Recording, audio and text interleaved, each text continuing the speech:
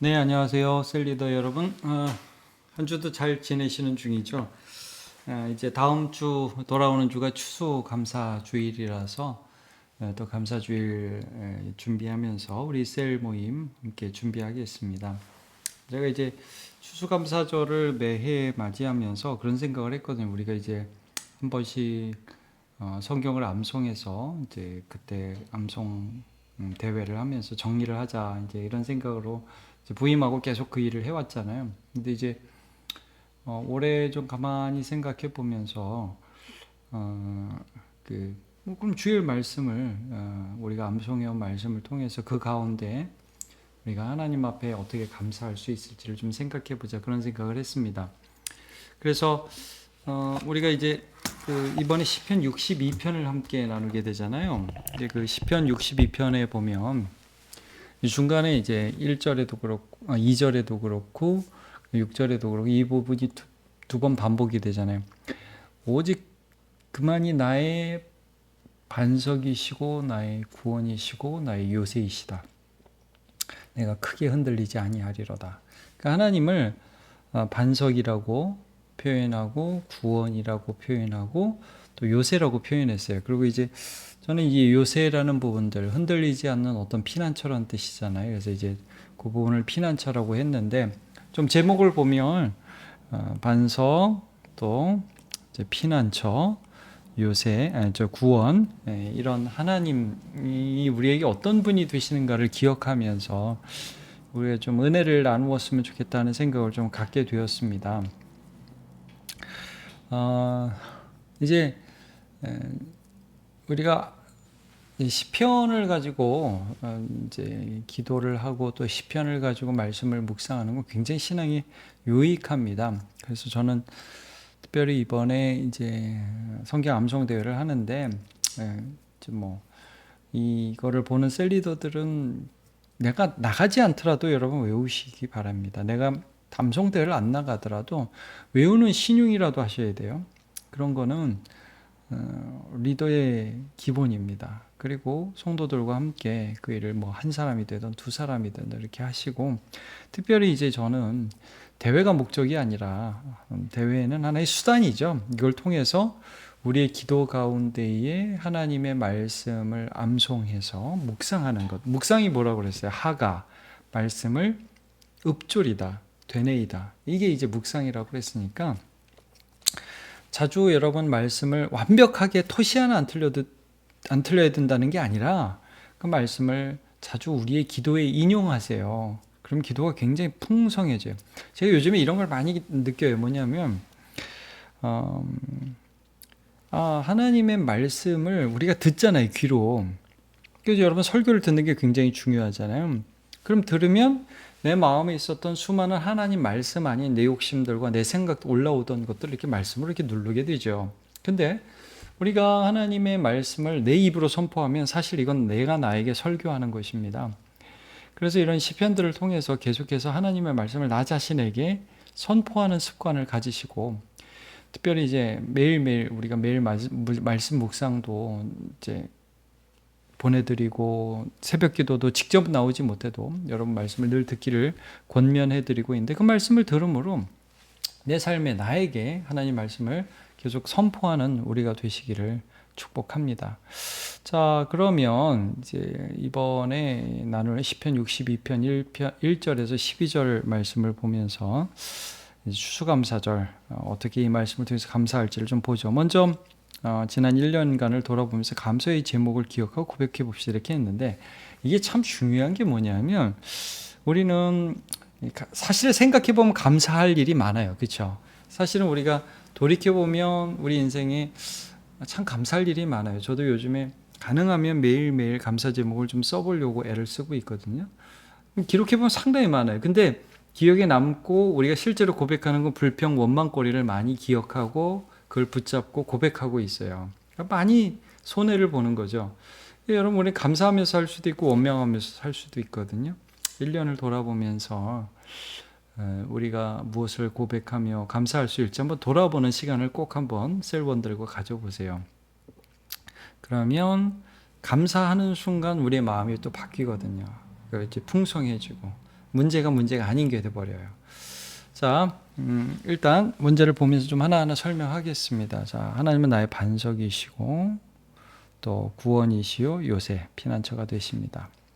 예, 나는 이런 하나님을 경험한 적이 있습니까? 이제 이렇게 되는데, 여러분 이 시편을 혹시 암송하셨다면 이 시편의 배경이 뭔 것 같습니까? 정확하게 이건 뭐 이런 때 지었다라는 표제는 없고 그냥 다윗의 시라고만 되어 있잖아요. 근데 이제 우리가 3절, 4절이라든지 쭉 보시면 뭐 넘어지는 담과 흔들리는 울타리 같이 사람을 죽이려고 일제히 공격하기를 언제까지 하려느냐, 뭐 이런 말씀을 쭉 보면 다윗이 어떤 악인에게서 공격받는 그런 상황이라는 걸 알 수 있어요. 그래서 그들이 그를 그의 높은 곳에서 떨어뜨리기만 꾀하고 거짓을 즐겨하니 입으로는 축복이요 속으로는 저주라다. 막 이제 감언이설로 앞에서는 잘하는 척하고선 뒤에선 꿍꿍이 속을 다 이제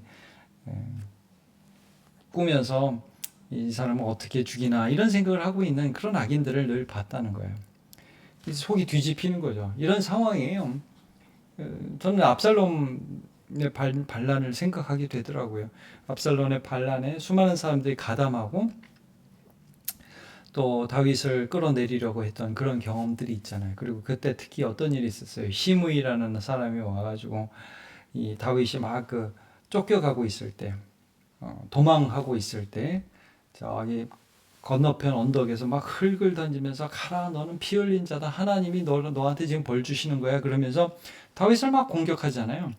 이 심리전을 하잖아요. 그러니까 얼마나 힘들었겠어요. 근데 다윗이 그때 여러분 어떻게 하는지 아십니까? 시므이 저놈 죽여 그렇게 하지 않습니다. 하나님이 하게 하신 거야. 그리고 하나님께 기도해요. 하나님 은혜를 주세요. 네. 하나님이 긍휼을 베풀어 주시기를 바랍니다. 제가 그 사무엘하 16장 11절 12절 읽어드릴게요. 또 다윗이 아비새와 모든 신하들에게 이르되 내 몸에서 난 아들도 내 생명을 해하려 하거든 하물며 이 베냐민 사람이랴 여호와께서 그에게 명령하신 것이니 그가 저주하길 버려두라 놔둬라. 혹시 여호와께서 나의 원통함을 감찰하시리니 오늘 그 저주 때문에 여호와께서 손으로 내게 갚아주시리라 하고, 그러니까 하나님을 의지하는 거예요. 그러니까 여러분 1절 말씀 4절 말씀 똑같죠. 5절 말씀 나의 영혼이 잠잠히 하나님만 바라며 나의 구원이 그에게서 나오는도다. 물론 나의 소망이 그로부터 나오는도다. 그러니까 하나님만 바라보는 거예요. 지금 속 뒤집어 놓는 사람들이 옆에 막 들끓고 있는데 거기서 하나님만 바라는 거예요. 근데 여기서 참 중요한 단어가 뭐였어요? 1절에 내가 크게 흔들리지 아니하리로다. 2절이죠. 네. 그리고 6절에도 나오죠. 내가 5절에도 나오죠. 내가 흔들리지 아니로다. 이 말씀이 나온다는 말씀이죠. 흔들리지 않는다. 이게 반석이에요. 그렇죠? 이제 우리가 현대를 살아가면서 참 많이 쓰는 말이 멘탈리 흔들린다 이런 거예요. 막 당황하면 아는 게 생각이 안 나요. 하지 않던 실수를 하게 된단 말이죠. 내가 막 흔들리는 걸 느껴요. 내가 이런 사람이 아닌데 내가 왜 이러지? 당황하고 염려되고 불안하고 막 이런 거. 그래서 공황장애나 이런 것들이 얼마나 우리의 삶에 아주 그냥 깊숙이 들어와 있잖아요. 다윗이 충분히 그럴 법했어요. 아들이 배신했다는 것 때문에도 부르르 떨만 하지만 그러나 다윗의 모사였던 아히도벨이 배신했고 아마 그 시므이도 알고 있던 사람일걸요. 베냐민 지파의 지도자였으니까. 근데 저놈이 나한테 저런 말을 할 수 있어. 부르르 떨릴 수 있죠. 근데 이걸 믿었던 거예요. 나 지금 하나님만 의지한다. 나 지금 하나님만 바라본다. 흔들리지 않는다. 왜? 하나님이 나에게 주실 은혜들을 소망하는 마음이 속에서 올라오니까 기도할 때마다 하나님을 의지할 때마다 그래도 하나님은 나를 긍휼히 여겨 주실 거야. 이 고난의 때를 인내하면 하나님의 벌을 잘 받고 나면 하나님이 회복시켜 주실 거야. 이 소망이 올라오니까 반석을 경험하는 거예요. 그래서 1번에 내가 흔들리고 지치고 쓰러지기 직전에 소망의 하나님은 나의 반석이 되어 주셨다. 이런 걸 경험하고 우리 하나님 앞에 감사한 적이 있습니까?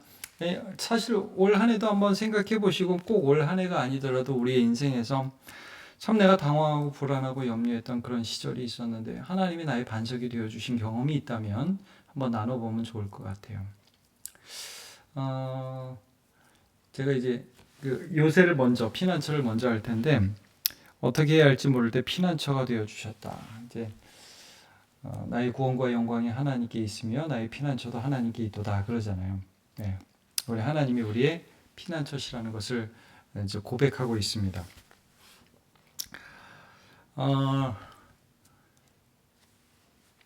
하나님은 우리가 이제 너무너무 힘들 때 우리가 이게 그 속에 있으면 안전한 그런 분이 되어 주신다는 거죠. 달려갈 곳이 되어진다. 그러니까 이게 뭐냐면 우리가 이 세상을 살면서 제일 힘든 게 뭐냐면 너무 힘들 때 찾아갈 친구가 없어요. 도와달라고 손 내밀 데가 없는 거예요. 근데 여러분 우리는 하나님을 믿는다는 건 이런 의미가 있잖아요. 하나님을 믿는다는 건 우리가 하나님께 도움을 요청할 때는 언제든지 도와주신다는 그것을 믿는 거예요. 든든하죠. 든든하죠. 그러니까 이제 이런 찬양이 어떻게 보면 여러분 이해가 안 가잖아요. 기도할 수 있는데 왜 걱정하십니까? 기도하면서 왜 염려하십니까? 처음에는 이런 찬양이 제가 이해가 안 가더라고요. 기도하면서 염려하지 뭐 걱정이 되지 뭐. 근데 사실은 우리는 갈 때가 있고 도움을 요청할 때가 있고 도움을 요청하면 하나님이 우리를 도와주신다는 걸 믿는 거예요. 갈 때가 있는 믿는 구석이 있는 거예요. 그래서 난 힘들 때마다 그분 앞에 가서 피했어. 기도했어. 나는 늘 붙들 때가 있어. 예수 그리스도의 아버지 우리 하나님이 내 피난처가 되셨어. 감사의 기도 제목, 감사의 제목입니다. 이거 정말. 나는 하나님께 가. 내가 답답할 때마다 나는 의지할 때가 있어. 난 이게 너무 감사해. 우리의 감사의 이유가 되겠죠? 자, 세 번째, 악인들을 부러워하지 않고 오히려 불쌍히 여기게 하시고 악에서 구원해 주셨다.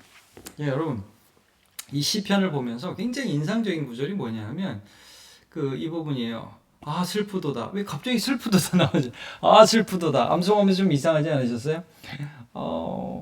사람은 입김이며 인생도 속임수니 저울에 달면 그들은 입김보다 가벼우리로다. 포악을 의지하지 말고 탈취한 것으로 허망하여지지 말며 재물이 늘어도 거기에 마음을 두지 말지어다. 왜 이런 말씀이 나올까요? 갑자기 악인들이 불쌍해진 거예요. 야, 그거 입김이구나. 지금 악인들이 막 그 다윗을 쓰러뜨리려고 별의별 짓 다 하고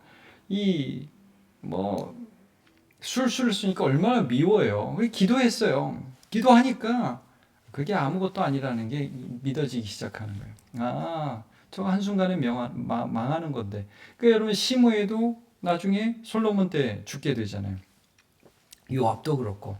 그러니까 악인들이 그렇게 의인들을 핍박하면서 막 권모술수를 쓰면서 살아가는 그 모습들이 되게 그것만 보면 막 열받고 힘들고 막 미움이 올라오고 분노가 올라오는데 어느 순간에 하나님이 그들의 미래를 보여주는데 그 아무것도 아니라는 거예요. 입김이라는 거예요. 그게 그냥 없어지는 거라는 거죠. 저울에 달면 입김보다 가벼우리로다. 그냥 훅 없어지는 거란 말이죠. 그걸 알고서 야, 그 돈 때문에 그런 삶 살지 말아라. 자기의 욕망을 위해서 살아가지 말아라. 재물이 들어도 거기에 마음 두지 말아라. 하나님만 의지해. 이러면서 넓은 마음으로 기도하게 되는 거예요. 이게 뭐예요, 여러분? 우리를 악에서 건져주시고 악한 자에게서도 구원해주지만 악에 빠지지도 않게 도와주시는 그 하나님의 은혜에 감사하는 마음을 가지는 거죠. 여러분 우리가 이 세상 살면서 뭐 감사해야 됩니까? 아, 어려운데 건져주셨다, 구원해주셨다. 이런 구원도 감사하지만 특별히 여러분 예수 믿으면서 우리가 이 세상의 악에 동참하지 않을 수 있도록 인도해 주시니 감사를 드립니다. 이런 감사의 제목이 우리에게 있습니까? 추수감사주의를 지내면서 이 세 가지를 좀 나누고 싶었어요. 그래서 우리의 반석, 맨날 흔들고 막 무너지는 우리를 다시 한번 예수 안에서 우리의 마음을 든든히 지켜주시고 흔들리지 않도록 도와주시는 하나님, 또 어려울 때마다 찾아갈 곳, 부탁하고 문 두드릴 수 있고 우리가 의지할 대상이 되어주시는 피난처 되신 하나님, 그리고 우리를 악에서 위험에서 건져주시는 구원의 하나님, 그 하나님께 우리가 감사할 수 있습니다. 이런 그 하나님을 개념을 제가 이제 설교에 설명할 테니까 여러분들이 함께 셀에서 나눠주시면 좋겠어요. 2번은 좀 실제적인 질문이에요. 이건 설교에서 다루는 게 아니라 셀에서 좀 다뤘으면 좋겠는데, 나의 감사 생활을 좀 돌아봅시다. 우리는 감사를 표현하고 있느냐 이거죠. 그래서 뭐 이거는 실제 적용해 보면 돼요. 나는 감사를 좀 많이 놓친다. 원망은 붙는다. 불평은 늘 붙드는데 감사는 놓치면서 살고 있다. 우리 이렇지 않은지 한번 돌아봅시다. 근데 또 하나 감사할 제목이 많음에도 좀 표현이 좀 어색하다. 이거는 그냥 생각도 못하는 거고, 이건 생각은 하는데 말을 못해요, 나는. 이런 경우도 있을 수 있겠죠. 또 하나님의 은혜를 기억하며 감사하며 살고 있다. 이게 이제 바울 서신 같은 데를 보면 바울이 의도적으로 감사하고 받은 구원에 대해서 모든 삶에 대해서 감사하는 의도적으로 감사하는 것들을 우리가 보게 되잖아요. 그래서 저는 좀 그렇게 권해드리고 싶어요. 감사를 실천하면서 사시자 이렇게 좀 권하고 싶습니다. 자, 마지막으로 한번 보겠습니다. 하나님이 계시기에 우리는 감사할 수 있습니다. 하나님을 보지 못하면 원망하고 불평할 수밖에 없지만 하나님을 생각하면서 오늘도 그가 부어주시는 은혜에 감격할 수 있습니다. 감사의 제목을 붙들고 표현하며 더욱 풍성한 은혜를 누리는 우리가 됩시다. 그렇게 사시는 저와 여러분 되시기를 축복합니다. 감사합니다.